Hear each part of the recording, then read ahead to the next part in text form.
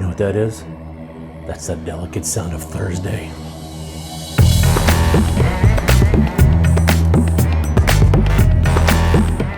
Thursday, October 24th, 2019, we're going to start you off like we do every week, begging for subscribers. Wait, no. Okay. But on that note, since we're there already, I am really trying hard to get to 100 by the end of the year. So if you're not already, if you want to hit that red subscribe bar, or I think that little watermark, is probably right down there. I might have pointed to the right spot. We'll find out when I edit. If you guys don't mind, go ahead and click on that and be a subscriber. It's absolutely free. It takes no effort at all, and it would really help me out to get there by the end of the year. So anyway, by the way, hi Jessica. See, you didn't think I'd do that, did ya? Anyway, moving on, going into space news like we do every week. Elon Musk has sent the first tweet from his Starlink broadband service. Now, he evidently has a terminal in his home, in his office, in his home in California, and he has sent the first tweet, and it simply said, "Come here, Watson, I need you." Or maybe it said something else. But anyway, basically it said, "I'm sending this tweet by Starlink." So, and then he replied later to that tweet going, "Wow, it worked." So it is working, and he has the bare bones system up. He wants to be able to offer this service by about the middle of next year or so, which is it's going to take probably 6 or 8 more launches of the Starlink satellites. Now, if he can just find somebody that's willing to put those satellites up, I don't know, Elon Musk, maybe he needs to talk to somebody from SpaceX. Speaking of billionaires that have space exploration companies, Jeff Bezos from Amazon, who also runs Blue Origin, has entered into a contract with Northrop Grumman, Lockheed Martin, and Draper to help design possibly the next lunar lander. They will be taking care of the descent element, which will be the part that actually touches down on the lunar surface. I believe they're also going to be in charge of the project itself. The other 3 companies have had extensive experience in lunar and Martian landings and takeoffs and stuff like that. Draper even designed and was in charge of the ascent, or lifting off of the moon, going back to the lunar modules. That was in the original Apollo mission. So for the Artemis mission, we're going to have this group, and I imagine a couple others bidding for it. But you could see Blue Origin putting their fingerprint on something pretty big by 2024. In tech news, as Samsung has struggled to get all the bugs worked out of their Galaxy Fold and finally put it on the market, Motorola has very quietly been in development and is now just about ready to release its next Razr phone. Now, the first Razr was a tremendous success for Motorola, but they have kind of fallen off, and they haven't really, there hasn't been a whole lot to shout for with Motorola lately. But the Razr will have an internal and an external screen. It will be foldable. The internal screen will be 6.3 inches. Like I said, foldable and stuff like that. The size of your regular smartphone, maybe just a shade bigger. It will fold up into its clamshell type design like the original Razrs did. And they're looking at maybe a December or January launch of this thing. So kudos to them for very quietly just getting it done while nobody was looking. But that's what you got going on. Motorola releasing a new Razr soon.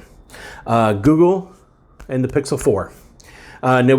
Last week we talked about the Pixel 4 was just now being released when I thought it already was released. It's actually shipping out now, and it's got sort of lackluster reviews already, but they have found yet another security flaw. As it turns out, the facial recognition will work even if your eyes are closed.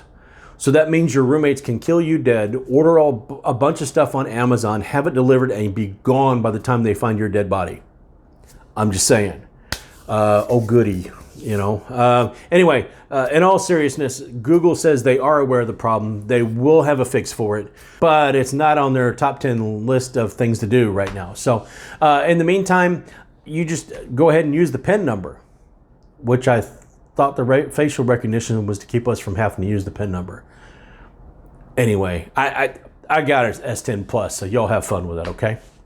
But staying with Google and going over to gaming, their Google Stadia, which we all thought was supposed to be this really cool streaming service, turns out that it's going to somewhat be a streaming service, but you're going to have to pay for the service and you're going to have to buy the games. Although you won't have the physical copy of the games, you will have to pay to be able to play the games, or pay for the games to be able to play them, but you won't necessarily have to download them. However that works out. But then we thought it was going to be available on pretty much any device wirelessly and all that stuff. Well, not so fast, my friend. You don't get to play it wirelessly unless you have the Premier or the Founders Edition with the Google Chromecast to be able to do that. So you can't play it wirelessly unless you have that set up. So again, we're thinking, okay, well, that's a little disappointing. And then we find out that you can't use your phone's data plan to play either. You're going to have to be hooked up to Wi-Fi. So if you're trying to play on your phone or your tablet, you have to be on Wi-Fi, and you can't be out and about anywhere using your phone's data plan. So yet another thing. But the big one that has really caught everybody off guard and might be the final straw, and I'll let whoever knows who might be left to go ahead and experiment with this now, is it's supposed to be launching on November 19th. And all those folks that pre-ordered might not have their setup by the date we start. So as it turns out, it's first come, first serve. So the earlier you pre-ordered means the earlier you get your setup, whether it's Premier or Founders Edition. So even the folks that are pre-ordering might not have their setups until maybe the middle of December. So good luck all those folks that are waiting until November 19th to go ahead and get it to launch and then buy a setup.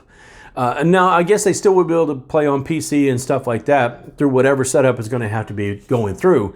But all those folks that have pre-ordered are not going to be able to get their setup like they thought they were going to on launch date, which is a little bit concerning. So, but that's okay because I'm a PC gamer. So you guys let me know how that experiment works out, and just, you know, hey, it'll be interesting to see how all that goes and how all that does work out. Speaking of working out, though, I'm going to work my way out of this video for today, this episode. So as always, folks, feel free to share, subscribe. Please subscribe. I'm trying to get to 100 by the end of the year. Feel free to share, subscribe, thumbs up, thumbs down, leave me any kind of comments you want. Everything is welcome. I've got a keyboard that I'm going to be doing a review on pretty soon. I'm really, really happy with, and I'm going to let everybody know about it. But until next time, folks, I'll see you later.